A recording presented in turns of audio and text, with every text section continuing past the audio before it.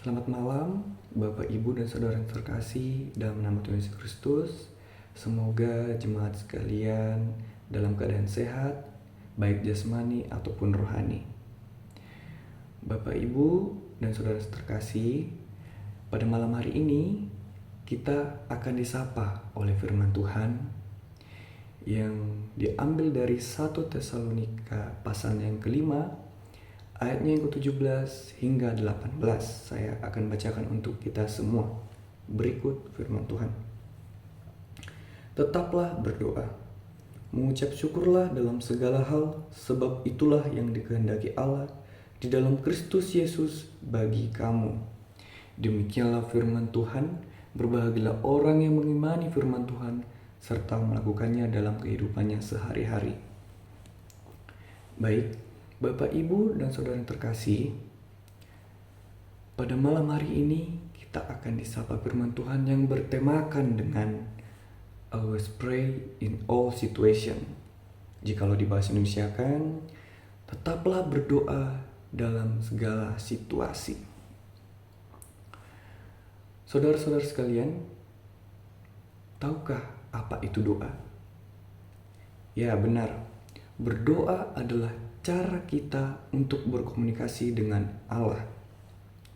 Tetapi jemaat yang terkasih, semakin berkembangnya zaman, berdoa tidak lagi hal yang menjadi prioritas bagi kita. Karena bagi beberapa orang, mengapa berdoa tersebut tidak lagi menjadi hal yang prioritas? Mungkin ada beberapa faktor yang melatar belakangi. Mungkin itu adanya pekerjaan yang menumpuk dan banyaknya urusan pekerjaan dan masih banyak hal lain. Padahal berdoa adalah hal yang menurut kita itu kecil, tetapi itu sangat bermakna. Karena selain berdoa, lantas apalagi yang harus kita lakukan untuk berkomunikasi dengan Allah? Bapak, Ibu, dan Saudara-saudari yang terkasih, pada pertemuan kita malam hari ini adalah di mana kita diajak untuk merenungkan bahwa berdoa itu sangat penting. Karena pada ayat ke-17 dikatakan tetaplah berdoa. Apa maksud dari ayat tersebut? Karena pada ayat tersebut kita diajak untuk selalu mengingatnya. Dan ayat 17 ini sangat berkesinambungan dengan ayat 18. Dikatakan di sana, mengucap syukurlah dalam segala hal, sebab itulah yang dikehendaki Allah di dalam Kristus Yesus bagi kamu.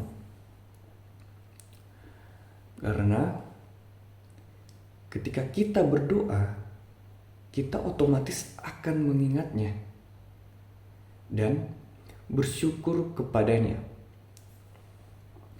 Jemaat yang terkasih, coba kita renungkan. Apakah kita berkomunikasi, apakah kita berdoa, apakah kita mengucap syukur kepada Allah pada saat kita sedang berbahagia, pada saat kita sedang senang? Terkadang kita tidak menyadarinya. Malahan kita baru mengingat Tuhan, baru mengingat Allah pada saat keadaan sedang menjatuhkan kita, pada saat keadaan sedang menimpa kita, sedang menindas, baru kita mengingat bahwa masih ada Allah yang menemani kita. Dan terkadang pada saat kita sedang bahagia, kita lupa siapa yang memberikan kebahagiaan ini. Dan pada saat kita sedang bahagia, terkadang kita lupa siapa yang menyertai kita hingga pada sampai saat ini. Padahal berdoa adalah hal yang bagi beberapa orang adalah hal yang gampang. Tetapi mengapa pada saat kita tertindas saja kita mengingat bahwa masih ada Allah yang menemani kita. Bapak, Ibu yang terkasih dan saudara-saudara sekalian, pada renungan kita malam hari ini saya mengambil salah satu contoh tokoh Alkitab yang sangat diberkati oleh Allah. Pasti jemaat sekalian mengetahuinya, yaitu adalah Ayub, ya kan? Siapa sih yang tidak kenal Ayub? Ayub sangat terkenal karena tipikal dari Ayub ini adalah yang selalu senantiasa berdoa dalam senang maupun susah. Dan kita mengetahui bahwa Ayub adalah orang yang sangat paling makmur di negeri itu pada zaman Ayub. Karena dia sangat berbakti kepada Allah. Karena saking berbaktinya Ayub kepada Allah ini, dan saking makmurnya kehidupan Ayub pada zaman itu, hingga iblis datang kepadanya dan sangat ingin mencobai Ayub.